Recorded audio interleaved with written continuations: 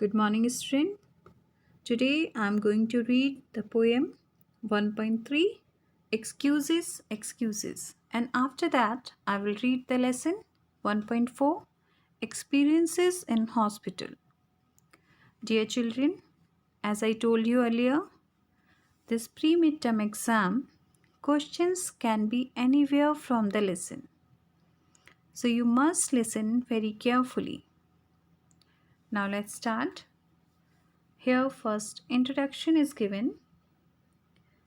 Children always love playing and hardly ever enjoying going to school or doing any homework.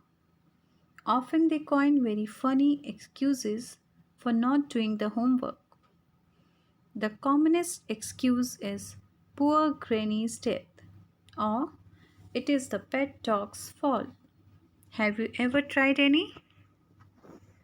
Late again, Blankenshop. What's the excuse this time? Not my fault, sir. Whose fault is it then? Grandma, sir. Grandma's. What did she do? She died, sir. Died? She's seriously dead, all right, sir.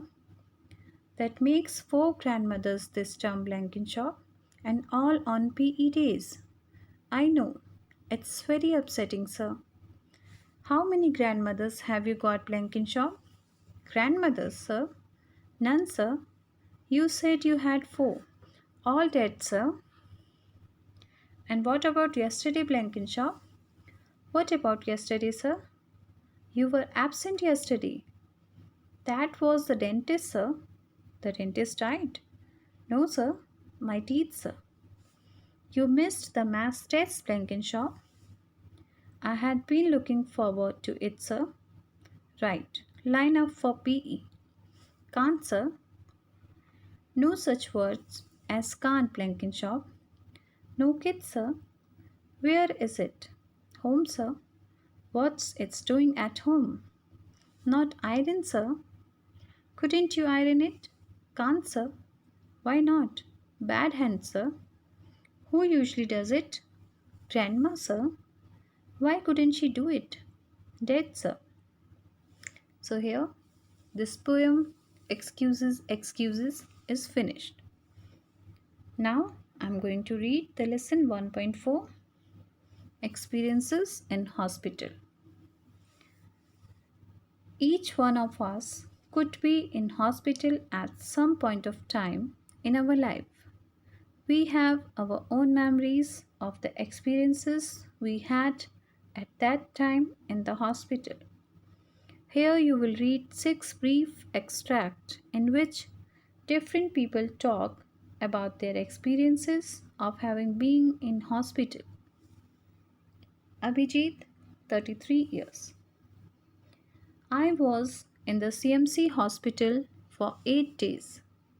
The first day I remained completely unconscious, but I felt fine after I had regained consciousness. The doctor said he just wanted to keep me in for observation. He said I had definitely have been killed in the collision if I hadn't been wearing my crash helmet. Nancy, 69 years. The pain was unbearable when they took me to St. Stephen's Hospital on the east side of the town. Fortunately, the ambulance got me there in next to no time, and the driver and his mate couldn't have handled me more gently. I had slipped on a wet stony pavement and broken my hip, so they kept me in for 3 months. When you are my age, the body takes longer to heal itself. The nurses were great. Nothing was too much trouble for them. The physiotherapist made me do a lot of exercise despite the pain it caused me. However, I soon felt the results and have now recovered. I'm still doing daily exercises. Dolly, 13 years. I was in for 3 days to have my appendix removed. It had been giving me very bad pains, and the surgeon told me that the appendix doesn't do anything useful in our body. On my first day, I wasn't allowed to eat anything but ice cream. Great. But on the second day, I had the operation and I didn't feel well because of the anesthetic. My parents, because of their jobs, were unable to stay. But although I missed them, the other girls in the ward were really cheerful and kept me from being homesick. Now, Dravid, 42. I was quite terrified. I had been admitted to the university hospital with an unbearable headache and a high temperature. While the doctors were carrying out tests, other came and interrupted the test to carry out more tests. I couldn't at all understand what was happening. This went on for a week and then I was sent home without a word. The doctor in charge just mumbled, "No positive outcome." At least I didn't have to have an operation. I still don't know what was wrong or if I will ever get it again. All I know is that I never want a similar experience. Nagma, 74 years. I had an operation to have cataracts removed from my eyes. The surgeon had warned me not to expect too much from the operation. However, considering my age, it was suggested not to delay the operation anymore. I went for the operation unwillingly, but now I'm absolutely delighted. I can see almost as well as I could when I was a young woman. I was well looked after. The nurses, in spite of being really busy, always found time to ask if I wanted anything.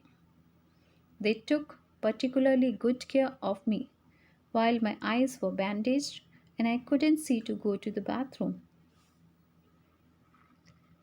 Hamid, 56. When I woke up, it came to me as a great surprise. The nurse told me I had been found frozen on the park bench where I had been sleeping in the open. They said that the frosty weather might well have resulted in my death. All the doctor could do was give me a checkup and discharge me. But before I left, they put me in touch with the local social worker. I was then out of job and had nowhere to lay my head. The social worker managed to get me a place in a charity home where I could stay for a few days. Very soon, he found for me a job with a dairy farmer, and I'm still working there. Here, this chapter is finished. 1.4. I hope you have listened very carefully my words. Dear children, all the best for your exams. This coming Saturday, one more sample test is there. So you have to attend this practice test. Okay? Now I'm going to end this video. Thank you.